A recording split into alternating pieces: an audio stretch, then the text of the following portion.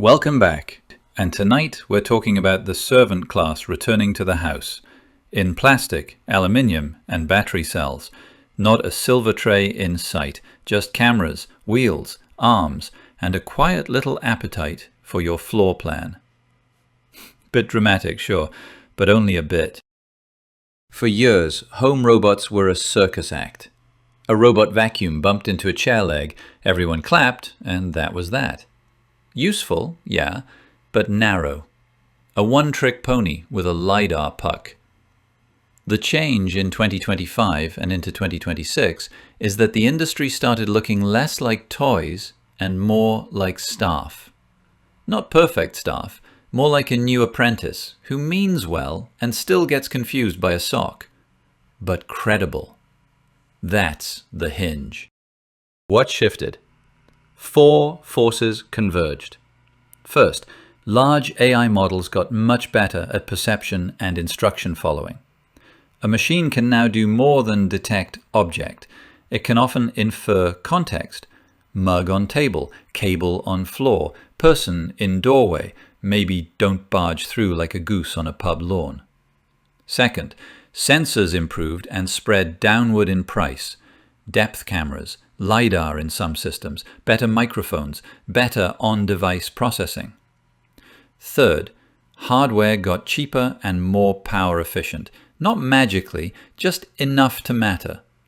And fourth, the home itself became legible. Smart locks, lights, thermostats, cameras, speakers.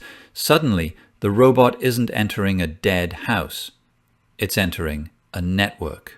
You can see the spectrum in the machines on stage right now. Samsung's Bali is the charming little rolling valet, more companion and home interface than mechanical butler, but it signals the direction clearly. Mobility plus AI assistant plus smart home control. Amazon Astro sits in that same rolling assistant lane. Patrol, telepresence, checking in, wandering the house with a face that says, "I definitely saw that." Then further up the ladder, you've got 1X showing Neo, a humanoid domestic vision. Figure showing home-oriented demonstrations and general-purpose manipulation ambitions. And Tesla continuing to pitch Optimus as a future all-round worker, including, eventually, in homes. Ambition, mind you, is not delivery. I restore old trail bikes, and every shed in Australia is full of future projects. Same principle. Still, the important thing is not whether any one company has already nailed the dream. They haven't. The important thing is that the category now has shape. Rolling robots can already do simple presence and monitoring jobs. Humanoids, at least in demonstrations and pilot contexts, are trying to inherit the human world as is. Stairs, benches, cupboards, laundry baskets, all the inconvenient geometry we've built for our own bodies. That's why the robot Butler no longer feels like pure science fiction. Not because we've got a flawless android pouring wine, steady on, but because the stack is finally lining up. Language models give the machine a brainy front end. Sensors give it situational awareness. Hardware gives it a body. Smart home platforms give it reach beyond its limbs. Put that together, and the robot stops being a gimmick and starts becoming an operator. A limited one, a supervised one, but a real one.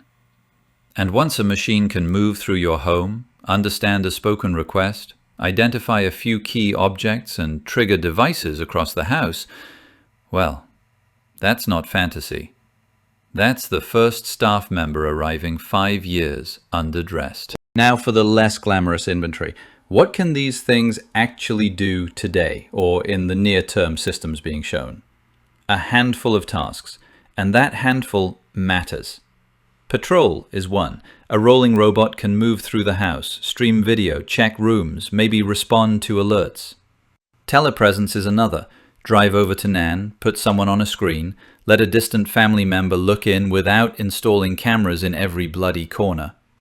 Reminders, voice interactions, basic smart home orchestration, carrying lightweight items, following a person around, and in some cases, very simple tidying or pickup. If you move into humanoid territory, you start hearing about kitchen assistants, loading or unloading, folding laundry, fetching groceries from one room to another, and wiping surfaces. Basic, repetitive, bounded tasks. That's the sweet spot. And even there, the house fights back. Homes are criminally untidy environments. I say that with affection. A demo floor is polished like a casino lobby. A real home has charging cables like vipers, toys underfoot, reflective surfaces, dim hallways, pets that treat navigation plans as suggestions, and children who can turn a safe operating zone into a hostage situation for a robot's path planner in about 7 seconds. Where was I going with this? Oh, right. The gap between can do in a demo and can do every Tuesday in a lived-in house is enormous. Battery life is a blunt problem. Mobility, computation, and especially manipulation all drink power. A robot that can patrol for a while may not also want to spend the afternoon carrying groceries and opening doors. Hands are another headache. Human hands are absurdly good. We just don't brag about it because we were issued them at birth. Dexterous manipulation, grasping thin, soft, slippery, fragile, irregular objects, is still hard and expensive. A mug with a handle, easy enough in theory. A half-folded t-shirt, a plastic bag, a dropped sock under a chair leg? Different story. Even a kangaroo could trip over this, and the robot often does. Then there's navigation at the edge cases. Stairs, thresholds, rugs, transparent objects, mirrored cabinets, dark laundry rooms, sudden obstacles, moving humans. Reliability becomes the whole game. If a machine succeeds 90% of the time, that sounds lovely in a keynote. In your kitchen, it means 1 in 10 interactions becomes a nuisance, a mess, or a safety concern.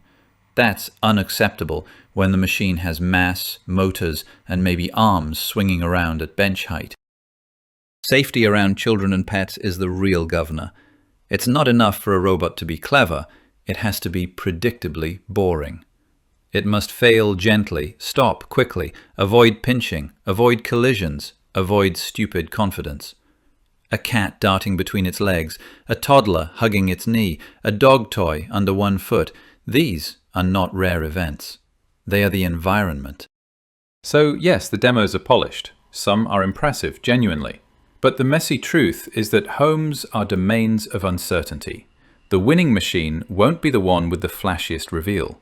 It'll be the one that can handle the ordinary chaos of domestic life without making itself the main character.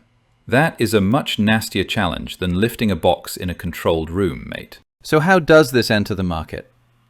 Not with every household suddenly hiring an aluminium Jeeves. More likely, it creeps in through the front gate, wearing a premium price tag and a subscription.